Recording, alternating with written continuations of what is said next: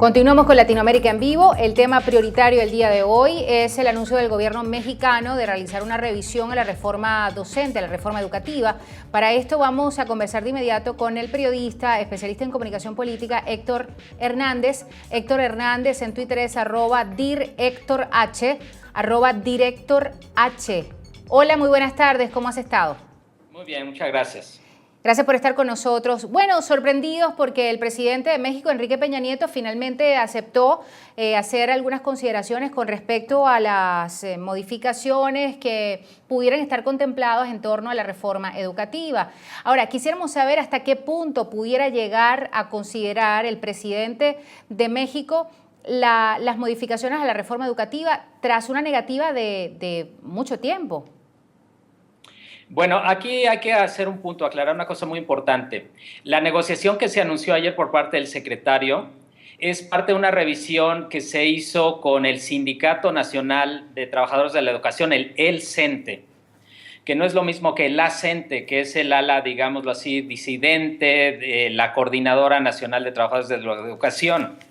El CENTE es un sindicato pues, de los más grandes de Latinoamérica, y es un sindicato muy poderoso y que históricamente ha negociado con el gobierno todo proceso de revisión salarial, de derechos, etcétera. Entonces, la revisión que han estado haciendo recientemente el CENTE y el gobierno es parte, sí, en este contexto de la crisis y de las protestas por parte de la CENTE a la reforma educativa. Sin embargo, también hay que decir que nosotros enfrentamos cada año en México y particularmente en la Ciudad de México estas protestas, ¿no?, magisteriales, y es parte del ciclo escolar cada final de año, inicio del otro, el que los maestros luchen por sus derechos, ¿no? Entonces, sí, el acuerdo que se habla ayer está en este contexto y recoge algunas de las demandas de los maestros opositores de la CENTE, que quieren totalmente derogar la reforma. Sin embargo, también pues, fue hecho en un acto y en un evento con el CENTE, ¿no?, donde principalmente el secretario se dirigió al sindicato con el cual están en mejores términos de diálogo. Entonces, yo diría que es aquí una pista de dos carriles, ¿no? Claro. Efectivamente, se puede leer esto como una, digamos, decisión del gobierno para negociar, para ceder ante las protestas. Sin embargo, hoy día los bloqueos y las mesas de diálogo con los más radicales opositores a la reforma siguen en marcha, en un plano más bien político, ¿no? Claro. Ahora, entonces, es en ese contexto que nos estamos viendo. Justamente por la aclaratoria que acabas de hacer, pues es pertinente preguntarte si políticamente hablando pudiera considerarse esto como un brazo torcido por parte, una demostración. Si por un lado puede ser considerado como una demostración de voluntad de diálogo o si otros sectores pudieran considerarlo como un brazo torcido, como que el gobierno como que dio su brazo a torcer y está bajo la merced del gremio magisterial y su voluntad. Bueno, yo creo que lo interesante aquí, como en los asuntos políticos y sociales de nuestra Latinoamérica, hay una gran complejidad. Entonces, las dos lecturas yo creo que le podemos dar con argumentos.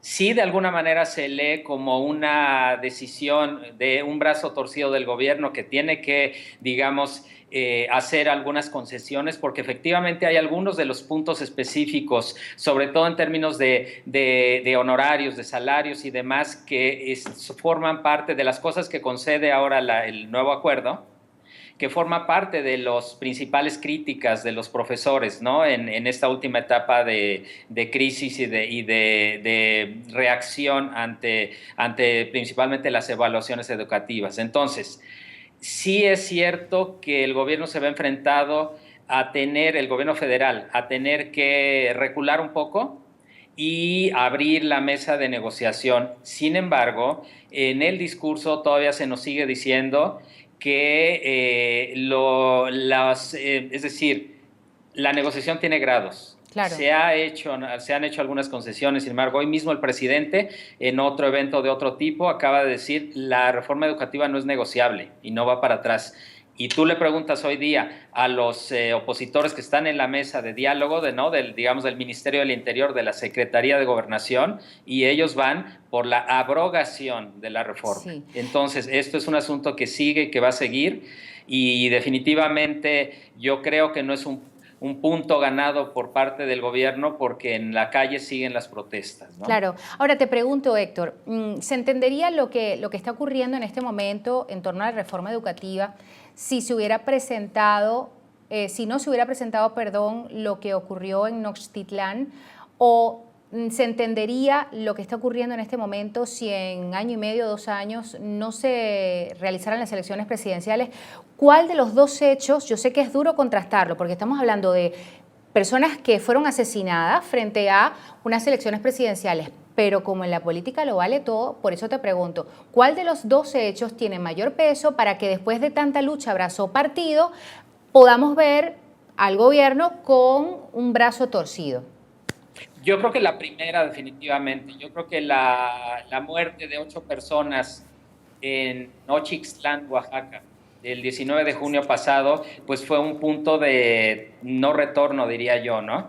Fue donde la muerte de civiles, que todavía hoy día siguen las investigaciones y no se termina de aclarar quién los mató y exactamente si eran profesores incluso o civiles de la población.